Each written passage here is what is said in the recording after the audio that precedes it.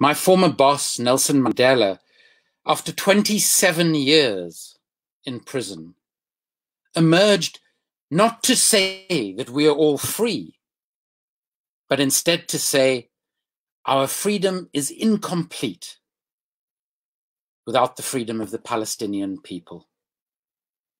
The Palestinian people and many Palestinian organizations were comrades of the ANC and other liberation movements in the struggle to end apartheid in South Africa. But what we have seen in Israel over the past few years, and more intensively over the past few days, is a degree of racism, a degree of brutality and inhumanity that I believe surpasses what the South African apartheid state did to the vast majority of our citizens.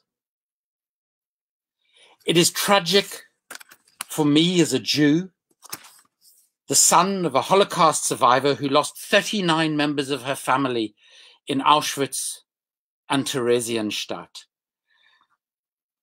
As a South African who has seen at first hand, albeit from a position of privilege bestowed on me only by the virtue of the accident of the color of my skin at birth, I have seen the consequences of racism and of apartheid. Israel is a racist and apartheid state. Our governments in the United Kingdom, in the United States of America, across Europe, have to immediately embargo any form of arms sales, of military cooperation with the state of Israel. The lives of innocent, ordinary Palestinian people depend on it. And every minute that we don't do that is going to result in further death, further destruction, and further immiseration.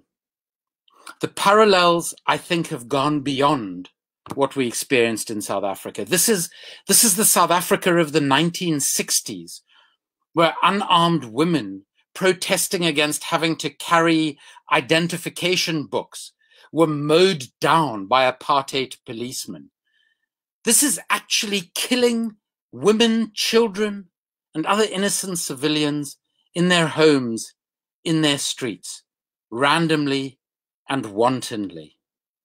For all of us who regard ourselves as anti-racists, for all of us who reject the abuse of human rights, for all of us who defend the right to life of every human being, we have to stand up and take a stand against what the Israeli government is doing today and what the Israeli government has been doing since 1967 at least, and even before that.